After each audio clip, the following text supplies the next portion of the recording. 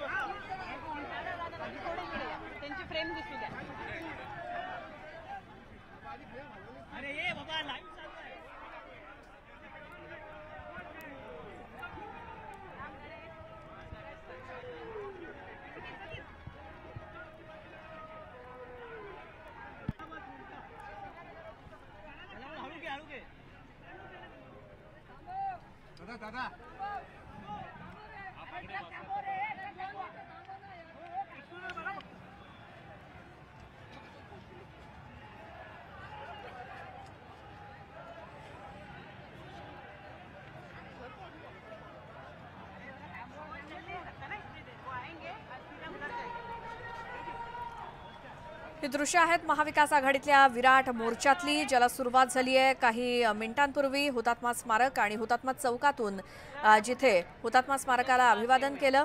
तीनही पक्षाच्या या प्रमुख नेत्यांनी शरद पवार, उद्धव ठाकरे, नाना पटोले यांनी पुष्पचक्र अर्पण करून या मोर्चाला तिथून सुरुवात झाली, जो आता गेटवे ऑफ इंडियापर्यंत चालणार आहे। महाविकास आघाडीचे सर्वच फळीतले सर्व महत्त्वाचे नेते, पदाधिकारी, कार्यकर्ते हे या मोर्चामध्ये सहभागी आहेत। स्वतः उद्धव ठाकरे, नाना पटोले या मोर्चाचं नेतृत्व करतायत। शरद पवार थेट सभेच्या ठिकाणी या मोर्चामध्ये सामील होतील। हा मोर्चा निघाल्यानंतर वाटेत हिंदुहृदय सम्राट स्वर्गीय बाळासाहेब ठाकरे यांचा पुतळा आणि तिथे देखील अभिवादन करून पुन्हा हा मोर्चा पुढे रवाना झालाय, मार्गस्थ झालाय आणि आता थेट गेटवे ऑफ इंडिया पर्यंत हा मोर्चा जाईल आणि तिथे याचं रूपांतरण सभेत होईल।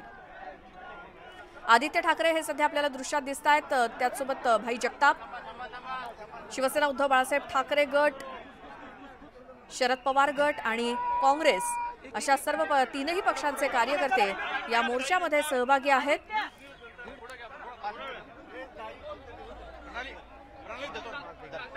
हुतात्मा चौकापासून गेटवे पर्यंत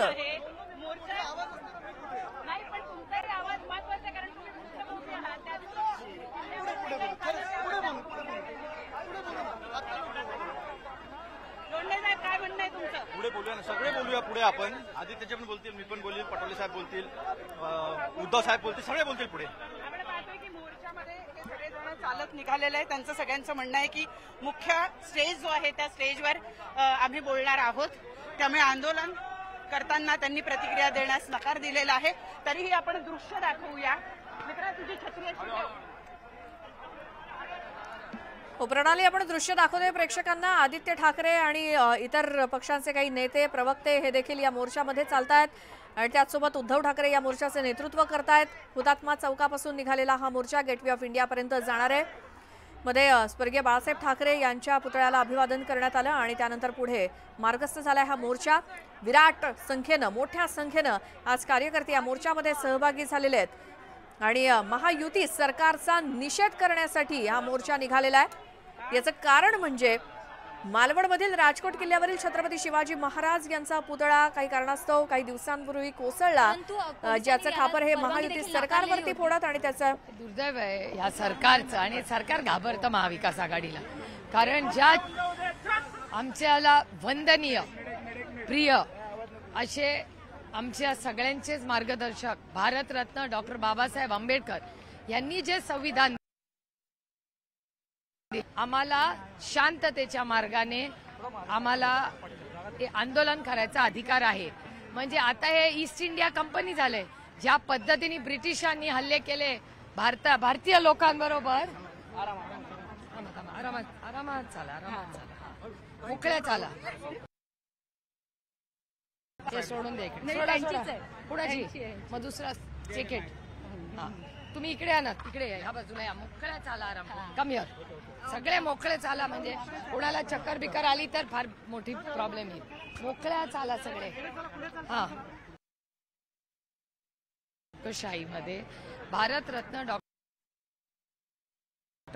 आपल्याला एक संविधान दिलं, त्या संविधानामध्ये शांततेच्या मार्गाने प्रत्येकाला अधिकार आहे आंदोलन करायचं।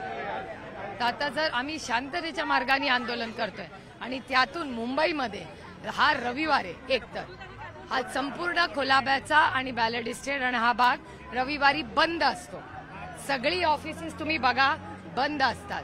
तर ज्या दिवशी हा भाग बंद असतो कुठल्याही नागरिकाला त्रास होणार नाही, कुणालाही मुंबईकरांना गैरसोय होणार नाही, अशी सगळी वेळ पाहून आम्ही आंदोलन केलेलं आहे।